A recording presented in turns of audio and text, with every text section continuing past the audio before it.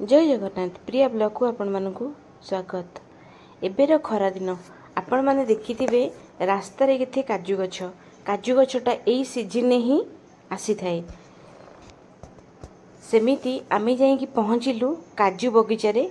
मौसा को कहि कि आमे तांको काजू बगीचा कहलु टिके बुल्ली कि देखिया पेंके आमे तांको संगे गलु एवं तांको बगीचारू किछि काजू निजे तोलिलु ता सहित मध्य आमे खाइलु।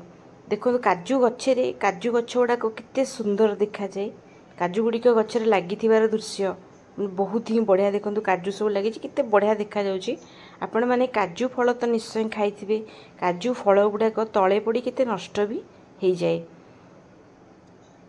आपण माने जते काजू खाइथिबे किछि मिठा लगे किछि कसा भी लगे किछि भल लागेनी, किंतु आपण एमिति थरे ट्राई करंतु। मौसा हमकु कहिले जे काजू तुम जते खाउचो काजूटा को धोई दबो से फलटा को, तापर सेतरे किछि लूण ताकू काटी देकी लूण किछि पक्के दबो सेटा तापर जते आपण खाइबे से काजू गुडे को बहुत ही बढ़िया लागे बोली के से कहले।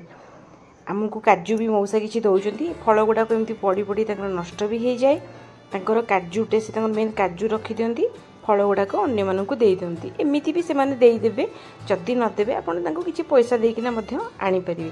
टोटल एंटार बगीचा आमे बुलिलु। मौसांगटू किछि काजू मध्य खाइलु एवं सांगेरे मध्य धरिकिना आसिलु। आपण माने निश्चित भाव में ए काजू को फल को आपण एमती थरे ट्राई करंतु। आशा करुछि वीडियोटी निश्चित भाव में आपन को भल लागिले मो चैनल वीडियोटी रे आपण लाइक करिवे। मो चैनल रे नुआ थिले मो चैनल टी को सब्सक्राइब मध्य करिवे।